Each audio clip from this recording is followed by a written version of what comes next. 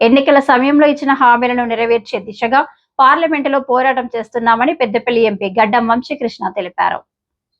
గోదావరికటి press club లో శనివారం ఏర్పాటు చేసిన మీడియా సమావేశంలో ఎంపీ మాట్లాడుతూ పెద్దపల్లి పార్లమెంటుకు ఇప్పటి వరకు 8,000 కోట్ల రూపాయల నిధులను సమకూర్చడం జరిగిందన్నారు. Ramagundam Manuguru railway track sanction చేయించి 4,000 కోట్ల నిధులను అలర్ట్ చేయించి డిపిఆర్ చేయడం జరిగిందన్నారు. అలాగే కేంద్ర మంత్రి నితిన్ గడ్కరీని కలిసి ధర్మపురి నుండి చెన్నూరు వరకు 2,800 కోట్ల రూపాయల నిధులను కేటాయింపజేశామని వెల్లడించారు. అలాగే రైల్వే ట్రాక్లపై ఆర్ఓబి ఎఫ్ఓబిల నిర్మాణాలకు నిధులను మంజూరు చేయించి పనులను కూడా ప్రారంభించడం జరిగిందని తెలిపారు. రామగుండంలో ఈఎస్ఐ ఆసుపత్రి కోసం 150 కోట్ల నిధులు మంజూరు కావడం జరిగిందని, ఈఎస్ఐ హాస్పిటల్ తో పాటు ఎయిర్పోర్టు ఏర్పాటుపై రాజకీయ కుట్రలు జరుగుతున్న కారణంగా ఆలస్యం అవుతుందని అన్నారు. అలాగే సింగరేణి రిటైర్డ్ కార్మికుల పెన్షన్ పై కూడా పార్లమెంట్ లో గట్టిగా ఫైట్ చేయడం జరుగుతుందని, అది కూడా సాధిస్తారని ఆశాభావం వ్యక్తం చేశారు. తాను ఎంపీగా ఆయన మొదటి నుండి తాడిచర్ల బ్లాక్ ను అలికేషన్ ద్వారా సింగరేణికి కేటాయించాలని పోరాటం చేశారని, ఇప్పుడు తాడిచర్ల బ్లాక్ 2 ను సింగరేణికి కేటాయించడం వల్ల సంస్థ ఆర్థికంగా బలపడుతుందన్నారు. ఈ ప్రాజెక్టు పూర్తయి ఉద్యోగ అవకాశాలు కల్పించే వరకు పోరాటం చేస్తూనే ఉంటానని వెల్లడించారు. బీజేపీ పార్టీ దేవుడి పేరు చెప్పుకొని ప్రజలను మోసం చేస్తుందని, అయోధ్య గుడిలో 250 కోట్ల హుండీ మాయమైతే చౌకీదారు మోడీ ఏం చేస్తున్నారని ప్రశ్నిస్తున్నారు. నీట్ పేపర్లు అమ్ముకొని మన పిల్లల భవిష్యత్తును నాశనం చేసి బీజేపీ మంత్రులు బతుకుతున్నారని ఆరోపించారు.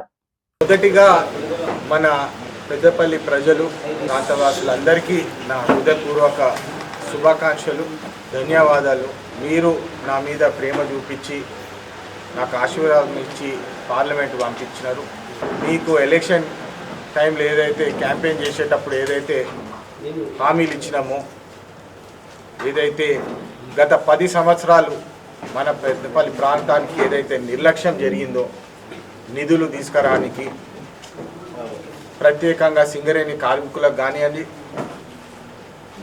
మళ్ళీ మన రైతాంగానికి కానివ్వండి, ప్రత్యేకంగా ఇన్ఫ్రాస్ట్రక్చర్ డెవలప్మెంట్ ప్రాజెక్ట్స్ గురించి ఏదైతే పదే గత 10 సంవత్సరాలు మన ప్రాంతానికి నిధులు రాలేదు, కేవలం ఇక్కడ ఉన్న పాలకులు దోచుకుని ఇతర ప్రాంతాలకి డబ్బులు పంపించుకున్నారు. కానీ మన ప్రాంతానికి ఇన్ఫ్రాస్ట్రక్చర్ ప్రాజెక్ట్స్ కానివ్వండి, ఉపాధి కల్పించే ప్రాజెక్ట్స్ కానివ్వండి, ఏది తీసుకురాలేదు.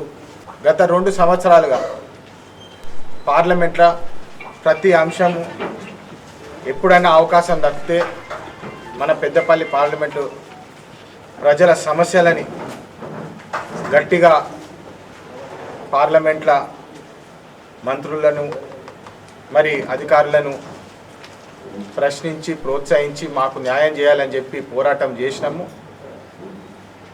మన ప్రాంతానికి దాదాపు 8,000 కోట్ల రూపాయల నిధులు అలొకేట్ అయినాయని చెప్పి ఈ సందర్భంగా మీ అందరికీ తెలియజేస్తున్నాము.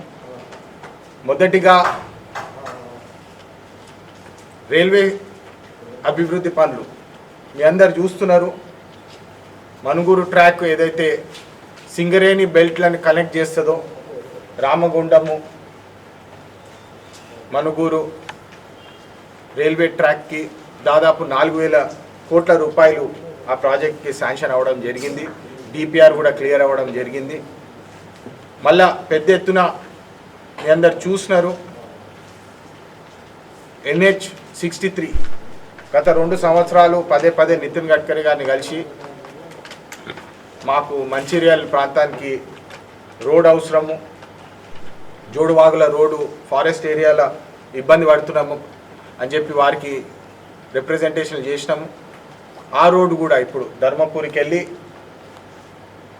ఇప్పుడు చెన్నూరు దాకా మన పర్టిక్యులర్లీ మన కాన్స్టిట్యూషన్ గురించి మాట్లాడితే దాదాపు 2,800 కోట్ల రూపాయలు కేవలం మన ధర్మపురి టు చెన్నూరు ప్రాంతాలకు ఏదైతే రోడ్ కన్స్ట్రక్షన్ జరుగుతుందో దాని గురించి అమౌంట్ కేటాయించడం జరిగింది. మరి ఎఫ్ఓబీస్, ఆర్ఓబీలు, ఎఫ్ఓబీలు అనేక ప్రాంతాలలో మనకు ఎఫ్ఓబీలు అవసరం ఉండే, ఆర్ఓబీలు అవసరం ఉండే. కుందన్పల్లి,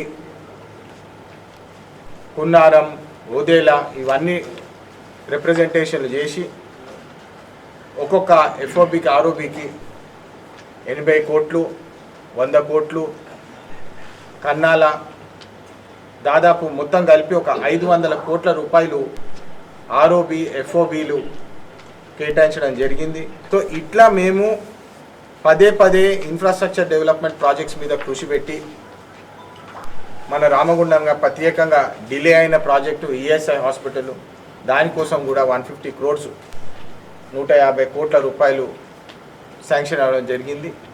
సో ఇట్లాంటి అభివృద్ధి కార్యక్రమాలు గత 2 సంవత్సరాలుగా ఫాలోఅప్ నడుస్తున్నది, మీరు చూస్తున్నారు.